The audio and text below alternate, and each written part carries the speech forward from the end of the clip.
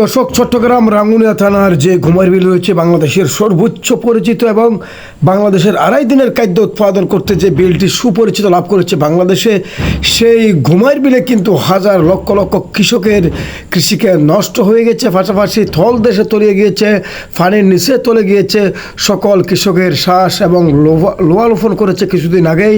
তবে এমন পরিস্থিতিতে যেহেতু সারা বাংলাদেশে বন্যা পরিস্থিতিটা এতটা ভয়ঙ্কর হয়েছে, বিভিন্ন জায়গায় মানুষ মারা গিয়েছে এবং গরু ছাগল আসবাবপত্র ঘর বাড়ি সকল কিছু পানিতে ভিজিয়ে গেছে। এবং বর্তমানে দেখতে পাচ্ছেন যে চট্টগ্রাম রাঙ্গুনিয়াতে একই বন্যার কবলিত হতে যাচ্ছে। ইতিপূর্বে আপনারা দেখতে পেরেছেন গতকাল থেকে বিদ্যুৎ বন্ধ ছিল রাঙ্গুনিয়া চট্টগ্রামে, এবং আমরা কৃষকের মুখ থেকে শুনবো তাদের বক্তব্য কী বলছে, এবং এই কৃষকের বক্তব্য শুনলে আপনারা বুঝতে পারবেন তাদের দুঃখ কষ্টের কথা। ইতিপূর্বে সতর্ক সংকেত জারি করা হচ্ছে যে যাদের ঘুমার বিলের আশেপাশে, যাদের একেবারে তল জায়গার মধ্যে যাদের গরু ছাগলের ঘর রয়েছে এবং মানুষের ঘর রয়েছে এবং কাঁচামাটির ঘর রয়েছে, তাদেরকে সতর্ক করা যাচ্ছে যে কোনো মুহূর্তে আমাদের দেওয়াল ভেঙে ঘর পড়ে যেতে পারে এবং মানুষের মৃত্যু হতে পারে। কারণ নিশ্চিন্তপুরে ইতিপূর্বে আমরা দেখেছি একটি ফাঁকা দেওয়াল পড়ে গিয়েছে একজনের, সাবেক মেম্বার আবুল কালামের, এবং একজন কালামিয়া নামে একজনের বাড়িঘরের দেওয়াল পড়ে গিয়েছে, এবং সব কিছু মিলে এখন বর্তমানে পরিস্থিতিটা খুবই ভয়ঙ্কর রূপ নিয়েছে।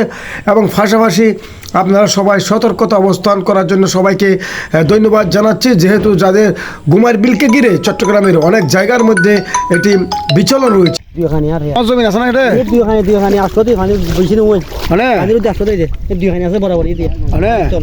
আচ্ছা, গতবার তো মনে করো শ্বাস খাড়ি বেলা গেলে কি করে বাকি না আল্লাহ আল্লাহ জিয়ান করে রে ফানি বারু ফান লাদ্দা ফান বাড়ির সময় মানে পুরো পুরো বাড়ি হদুর পাঁচখানি গড়াগি কি হ পাঁচখানি গড়াগি সার ভাই পিনা নোডি ফালা ভাই পানি না পানি মাঝে অলরেডি বিয়াম পানি আর 5 দিন আগে ইবে কিলে লই দে ইবে লই দি বড় আপু দেখি ভাই আর এই মধ্যে হল তার দেখি হতে বড় তুই মাঝে বড় আপু দেখি বে তাহলে বাড়িতে বে বাড়ি মেলে মনে করা পরিবেশ সম্ভাবনা আছে।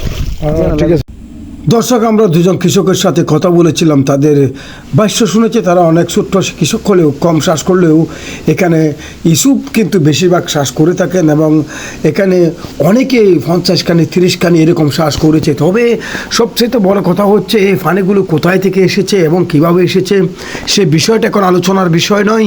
তবে বর্তমান সময়ে বিভিন্ন জেলায় যেখানে মানুষ মারা যাচ্ছে, যেখানে মানুষের ক্ষয়ক্ষতি বেশি হচ্ছে, প্রাণ বাঁচানো খরচ হয়ে গিয়েছে, সেগুলোকে নিয়ে সরকারের অতি দ্রুত সময়ে ব্যবস্থা নেওয়া, এটি হচ্ছে বর্তমান সমন্বয়ক সরকারের খুবই জরুরি বার্তা।